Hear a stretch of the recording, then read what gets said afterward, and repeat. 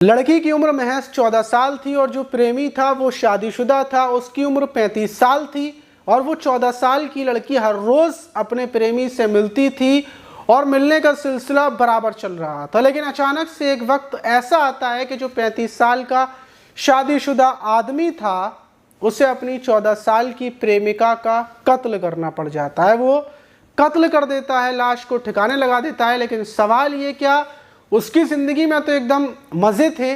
जो वो बोलता था, अपने दोस्तों को बताता था कि इतनी छोटी लड़की मेरी प्रेमिका है, फिर ऐसा क्या हुआ कि उसको कातिल बनना पड़ा। उसने अपनी 14 साल की प्रेमिका की हत्या कर दी। और हैरान करने वाली बात यह है कि 14 साल की तो बच्ची होती है, आखिर उस लड़की को मतलब 14 साल की उम्र में इतनी ज़्यादा नॉलेज आ गई कि वो सब कुछ करती थी, उससे सब कुछ उसके साथ रहना चाहती थी। आखिर पूरी कहानी क्या थी, प्रेम कहानी से लेकर कत्ल तक, तो जानते हैं। पूरा मामला बेहद हैरान करने वाला है, तो चलते हैं। तो दोस्तों, मेरा नाम माज है। उम्मीद है कि आप सब अच्छे होंगे, सुरक्षित होंगे। और जो आज की घटना है वो झारखंड की है। और बीते 10 सितंबर को जो झारखंड का पाकुल थाना है, वहीं पर एक माता पिता आते हैं और वो बोलते हैं क्या उनकी बेटी जो उसके साथ सुबह के टाइम पहाड़ी के ऊपर गई थी। पहाड़ी के ऊपर हमारी खेती बाड़ी है, तो वहीं पर वो अपने भाई के साथ मतलब हमारे साथ गई थी। लेकिन जब वो वहाँ से नीचे की तरफ उतरी है 5 बजे के टाइम, तो वो नीचे अपने घर पर नहीं आई है, वो गायब हो गई है।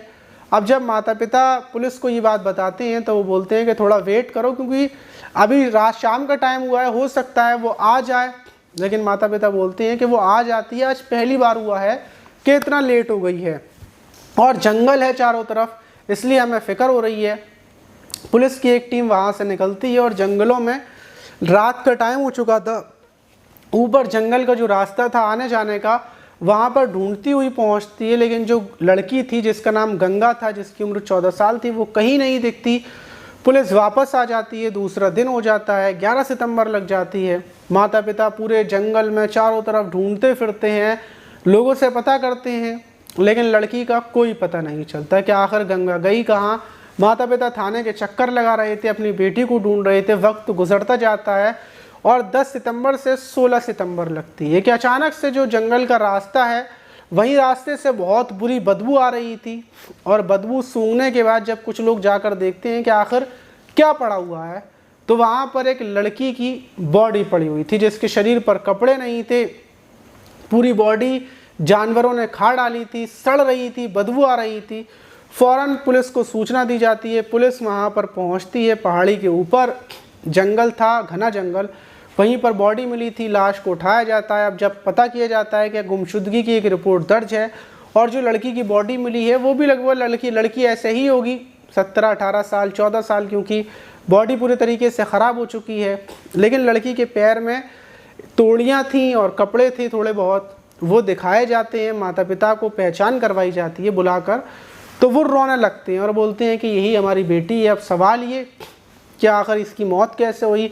जो बॉडी थी उसको पोस्टमार्टम के लिए भेज दिया जाता है। शरीर पर चाकू से गोदा गया था, गला दबाकर हत्या की गई थी और लड़की के साथ गलत काम भी हुआ था। पुलिस को पहले लगता है कि शायद रेप करने के बाद हत्या की गई हो, लड़की के साथ गैंग रेप भी हुआ हो। जब पुलिस हर एंगल से पता करती है तो पुलिस एक चीज़ नोटिस करती है कि जो रास्ता था, अगर रेप करने वाला कोई होता तो जिस रास्ते से गंगा नीचे की तरफ आती है वहाँ पर रेप कर देता। गंगा की लाश तो दूसरे जंगल की तरफ मिली है, जो गंगा के घर की तरफ रास्ता नहीं जाता। पुलिस के लिए हैरानी की बात थी कि भला कोई रेप करने वाला गंगा को इतनी दूर कैसे ले जाएगा और इतनी दूर ले जाकर कैसे रेप कर लेगा, क्योंकि रेप वहीं पर हुआ है जहाँ पर गंगा की बॉडी पड़ी थी, वहीं पर कपड़े पड़े हुए थे। पुलिस को लगता है कि कोई और मामला है। पुलिस को लगता है कि शायद प्रेम कहानी का मामला हो। कुछ लोग बताते भी हैं गंगा को एक शख्स नरेश के साथ जाते हुए देखा गया था। पुलिस गंगा के फ़ोन की कॉल डिटेल्स चेक करती है तो पता चलता है कि लास्ट बार नरेश से ही बातचीत हुई थी और जो लोकेशन थी दोनों की एक ही जगह की थी। पुलिस फ़ौरन नरेश को गिरफ्तार कर लेती है। नरेश शादीशुदा था, नरेश की उम्र 35 साल थी और जैसे ही नरेश को गिरफ्तार किया जाता है तो नरेश घबरा कर टूट जाता है और बोलता है कि हाँ, मैंने ही गंगा की हत्या की है, गंगा मेरी प्रेमिका थी। अब जब नरेश से पूरी कहानी शुरू से पूछी जाती है तो वो बताता है कि मेरी प्रेम कहानी कुछ महीने पहले चालू हुई थी। मैं गंगा के साथ ऊपर ही पहाड़ियों पर संबंध बनाता था, ज़िंदगी मेरी सिर्फ मज़े में कट रही थी। मैंने गंगा को सिर्फ टाइम पास के लिए रखा हुआ था, क्योंकि जो मेरी वाइफ घर पर है और गंगा मेरा टाइम पास है। लेकिन गंगा मुझसे प्यार करने लगी थी और अब वो ये बोलने लगी थी कि तुम अपनी पत्नी को तलाक दो और मुझसे शादी करो। अगर तुम ऐसा नहीं करोगे तो मैं थाने चली जाऊंगी, तुम्हारे ऊपर रेप का केस लगवा दूंगी, तो मैं जेल पहुंचवा दूंगी। अब जाहिर सी बात है, वही नरेश घबरा जाता है और नरेश अपने दो दोस्तों को बताता है कि आखिर क्या किया जाए। और उसके दिमाग में आइडिया आता है कि गंगा को ख़त्म कर देता है। ख़त्म करने के बाद ना रहेगा बाँझ, ना बजेगी बांसुरी। और यही प्लानिंग से 10 सितंबर को वो गंगा को बोलता है कि आओ जंगलों में चल रहे हैं, वहाँ पर कुछ करेंगे। गंगा तैयार हो जाती है, गंगा को जंगलों में लेकर पहुंचता है। वहाँ पर सुनसान थी, वहाँ पर गंगा के साथ पहले संबंध बनाता है। और उसी बीच जब संबंध बना रहा होता है कि अचानक से नरेश के दो दोस्त आ जाते हैं। गंगा चीख जाती है, उन्हें देखकर घबरा जाती है कि ये कैसे आ गए, ये तो नरेश के दोस्त हैं। मतलब जाहिर सी बात है कि नरेश ने इनको बुलाया हुआ। नरेश से जैसे ही सवाल करती है तो नरेश उसके गले को पकड़ लेता है। गंगा को यकीन नहीं था कि नरेश उसको मार देगा, क्योंकि गंगा तो उससे शिद्दत वाला सच्चा प्यार करती थी। लेकिन नरेश की आंखों में खून सवार था।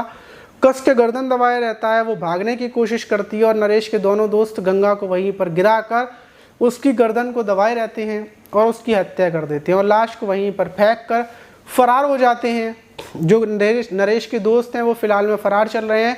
नरेश को उठाकर पुलिस ने जेल भेज दिया और दोनों दोस्तों को भी ढूंढा जा रहा है, उनको भी गिरफ्तार किया जाएगा। तो इतनी छोटी लड़की आखिर प्यार में ये सब चीज़ों में कैसे पड़ गई? तो इसकी ख़ास वजह है फ़ोन और दूसरी वजह है सोबत। कि आप जैसे लोगों के साथ रहेंगे वैसी ही आपके बच्चों की आदत बनती जाएगी। तो आप अपने बच्चों पर ख़ास कर नज़र रखें कि हमारे बच्चे किसके साथ रह रहे हैं, हमारी जो बेटी बहन है वो उनकी सहेलियाँ कैसी हैं। अगर सहेलियाँ भी ऐसे ही करने वाली हैं तो वैसे ही वो करेंगी। और दूसरी चीज़ फ़ोन को बराबर चेक करते रहें कि आपके बच्चे फ़ोन में क्या चला रहे हैं, क्या देख रहे हैं। तो इस चीज़ से भी बचा जा सकता है। ये दोनों चीज़ें बेहद ज़्यादा ख़तरनाक हैं। आप इस घटना पर क्या बोलेंगे? आप कहाँ से मेरी वीडियोस को देख रहे हैं ये ज़रूर बताइएगा। अगली वीडियो में मैं आपके कमेंट्स को पढ़ूंगा। मिलते हैं किसी और वीडियो में।